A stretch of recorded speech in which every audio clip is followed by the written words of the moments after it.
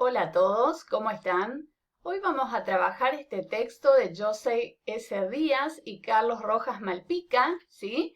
Ellos lo publicaron en Venezuela, ¿sí? En esa zona de América Central, que se llama Subjetividad, Trabajo y Salud Mental, ¿sí? Un texto publicado en 2006. Bien, van a empezar tratando de alguna manera separar lo que significa sujeto y lo que significa objeto, ¿sí? Entonces van a decir, sujeto, su significado etimológico, es decir, su raíz histórica, de dónde proviene la palabra, van a decir que proviene del latín subiectare, ¿sí? Que significa poner debajo o someter. Y también deriva de la palabra yekur, que significa hígado, espíritu, alma e inteligencia. Además, la palabra sujeto, ¿sí? Proviene de un prefijo ob, que significa poner delante o ponerse a algo, y yectus, que significa pasión. Entonces, van a decir estos autores que en definitiva, si miramos la raíz de proveniencia de la palabra, ambas derivan, son muy similares, serían como el reverso y el anverso de una moneda, dicen ellos, ¿sí? Poner debajo o poner delante, ¿sí? Pero a la vez tiene que ver con estas funciones orgánicas, si se quiere, ¿sí? De la pasión, del espíritu y de la inteligencia. Entonces, esto en cuanto al significado etimológico, pero van a seguir avanzando un poquito más y van a comparar con otros autores. Van a decir que hacia el 1500, por ejemplo, Descartes, ¿sí? Hablaba de que lo único importante del ser humano era su razón, ¿sí? ¿Se acuerdan del cogito cartesiano? Si es que lo estudiaron alguna vez en filosofía, tenía que ver con eso. Pienso, luego existo, ¿sí? Pienso, por eso o entonces existo. Si no pensara, no existiría. Entonces, va a decir que ahí en Descartes, o Descartes, como quieran, aparece el cuerpo homologado al objeto o a la cosa, ¿sí? Lo importante, entonces, va a ser justamente lo subjetivo, ¿sí? El pensamiento y lo racional. Después va a decir que más o menos para esa misma fecha, Bacon también trabajó esto, pero tomó a la subjetividad como un estorbo. Lo único válido era aquello observable y medible, ¿sí? Lo que podíamos ver. Entonces, el cuerpo en definitiva, ¿sí? Hacia el siglo XX, esto mismo tomó la psicología conductista, ¿sí? Que hablaba de la subjetividad como un objeto más de estudio, ¿sí? Si se podía estudiar en un laboratorio, era algo viable y científico como para ser estudiado. Y va a decir que en la actualidad esto se puede homologar a las neurociencias, ¿sí? Ahí toma un poquito a Edgar Morin y a Maturana, y que dicen que si bien cada ser humano se siente y percibe diferente a los demás, esta distinción también es un rasgo característico de los seres humanos. Entonces, ¿qué va a decir? Que en definitiva, la característica principal es el ser humano en sí, ¿sí? No lo que cada uno piensa, siente y percibe. Seguimos. Después van a hablar de la relación sujeto-objeto en el trabajo. Otra vez acá aparece el significado etimológico de la palabra, ¿sí? Que va a decir, trabajar proviene de tripalium, que son tres palos, ¿sí? La traducción en castellano. Tres palos o estacas en las que ponían a los esclavos que no querían trabajar, ¿sí? Para hacerlos trabajar. O dice también, tiene que ver con esas estacas en las que ponen a los caballos para ponerle las herraduras en las patas. Entonces, si tomamos este significado etimológico, trabajar remite al sufrimiento y a la injusticia, ¿sí? Eso, su raíz latina de la palabra. Pero va a decir hacia 1800, Marx, ¿sí? Karl Marx, dice que el trabajo es el gran liberador del hombre de su servidumbre con la naturaleza. El hombre modifica la naturaleza y se perfecciona a sí mismo, ¿sí? Transforma y se transforma. Es decir, va a decir Marx, el trabajo en realidad liberó al hombre, ¿sí?, de ser esclavo de la naturaleza. ¿Qué hace el hombre? Toma aquello que la naturaleza le brinda y lo transforma a su beneficio, ¿sí? Entonces, transforma la naturaleza y a su vez se transforma él mismo con estos productos que elabora, ¿sí? Entonces acá se vería la contraposición del significado etimológico de la palabra, ¿sí?, y aquello, ¿sí?, que significa, en definitiva, un bienestar para el sujeto, ¿sí? El trabajo como un bienestar. Acá tenemos algunas frases, ¿sí? El trabajo no es un objeto. Hablando de sujeto y objeto, el trabajo no sería un objeto, sino una actividad que da acceso a los objetos, ¿sí? El hombre necesita trabajar para su sustento y convivencia social.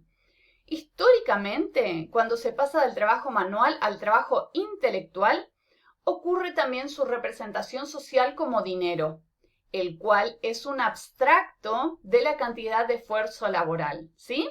Es decir, antes de que comience el capitalismo, ¿sí?, se negociaban las mercancías, por ejemplo, con el trueque, ¿sí? Una vez que apareció el dinero para adquirir esa mercadería, ¿sí?, dicen los autores, este dinero nunca va a representar absolutamente aquello que nosotros compramos o nuestro trabajo, ¿sí? El valor de las cosas contiene el trabajo necesario para su reproducción, pero también el deseo sacrificado en su consecución, ¿sí? Aquello que nos cuesta conseguir o comprar, ¿sí?, con ese dinero que nos dan a cambio de nuestro trabajo. El propósito del trabajo no es necesariamente el dinero, ¿sí?, dicen los autores, sino la satisfacción de un deseo, tampoco necesariamente consciente, ¿sí? Entonces dice, el hombre no trabaja únicamente por ese dinero que va a conseguir, sino para satisfacer, ¿sí?, para comprar cosas que a él le satisfagan. Y también esto le satisface al sujeto internamente, ¿sí?, hacer un buen trabajo.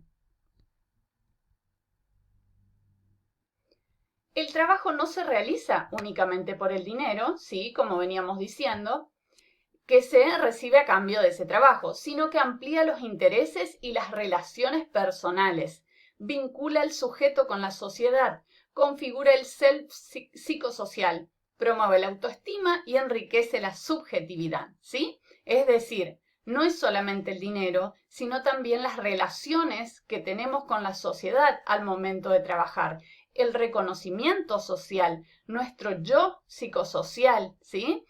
Promueve la autoestima, ¿sí?, enriquece la subjetividad. Nos sentimos mejor cuando trabajamos en un trabajo que nos gusta, ¿sí?, más allá del dinero que percibimos a cambio. Sin embargo, si la alienación y la enajenación dominan el acto laboral, el trabajo pasa a convertirse en una actividad dañina para la salud mental, ¿sí? Es decir, si nos sentimos alejados de nuestro trabajo, no nos consideramos parte de ese trabajo en el cual participamos, ¿sí? Supónganse en una empresa. Nosotros no nos sentimos parte de la empresa, no nos sentimos parte de las personas que trabajan en la empresa, probablemente, dicen los autores, vamos a tener algún tipo de daño psicológico, ¿sí? Puede ser angustia, depresión, ¿sí? No queremos ir a trabajar, nos vamos a sentir mal, ¿sí? Para que el trabajo promueva la salud mental, debe vivirse como una acción significativa, ¿sí? Tiene que tener alguna validez para nosotros, tiene que tener un significado para nosotros. Es decir, como una afirmación de las facultades del yo, que se reconoce, amplía y gratifica, ¿sí? Nos sentimos mejor, nos sentimos reconocidos, nos sentimos valiosos dentro de ese trabajo, tanto en el esfuerzo físico y mental, como por ser un acto libremente elegido, ¿sí? Que se nos reconozca no solo por el esfuerzo que hacemos, sino porque voluntariamente estamos yendo a colaborar con esa empresa, ¿sí?, o con esa institución, por nuestra cuenta, porque nos hace bien y es significativo para nosotros. Uy, me pasé.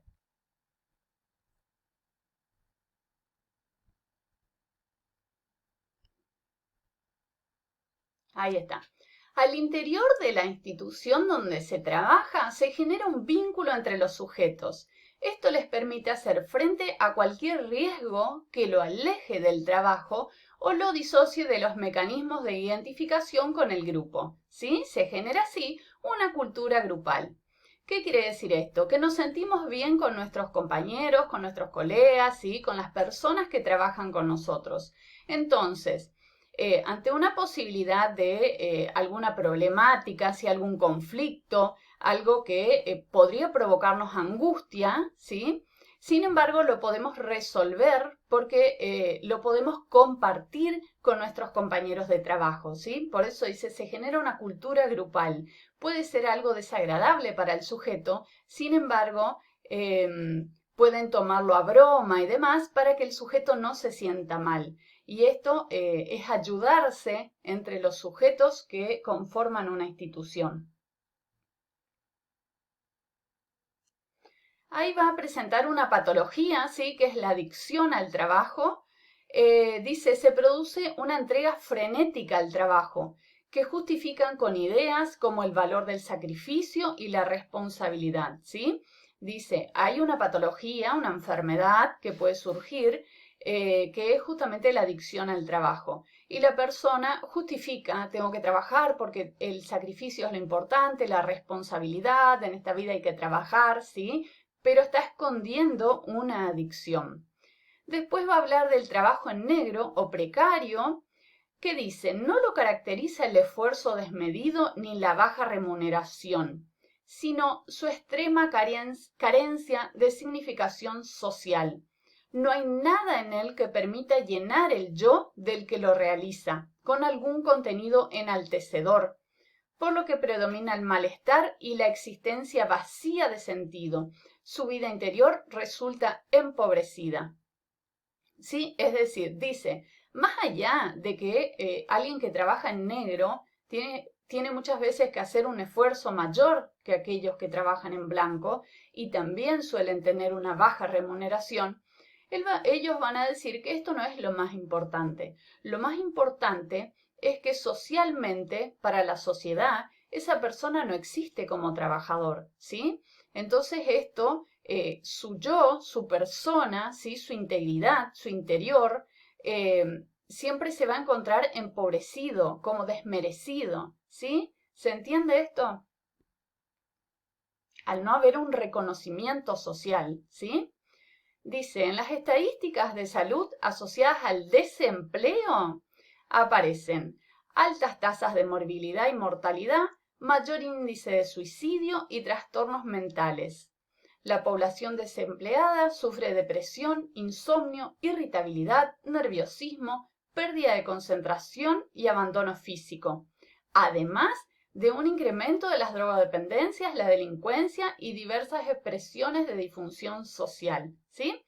Entonces acá va a hablar un poquito de que esto está comprobado científicamente, ¿sí? Que en definitiva el trabajo nos da satisfacción y también nos da salud, ¿sí? Y ahí va a explicar, ¿sí? Que como ante el desempleo aparecen todas estas patologías en las personas. A ver si es la última, sí. Bien, también, antes de que termine, tengo un minuto todavía, ellos van a hablar de que esto no se da en todas las personas, ¿sí? Hay personas que viven desempleadas y no por eso presentan todos estos síntomas, ¿sí? Y ahí le va a comparar un poquito con Epicuro, que Epicuro es un filósofo, ¿sí? De la Edad Antigua, que decía que aquel que menos sabía y menos hacía era el más feliz, ¿sí? Que cuanto más hacemos y más sabemos, más infelices somos porque tenemos más conocimientos y es más amplio nuestro mundo y nuestro panorama. Bueno, les dejo mis saludos.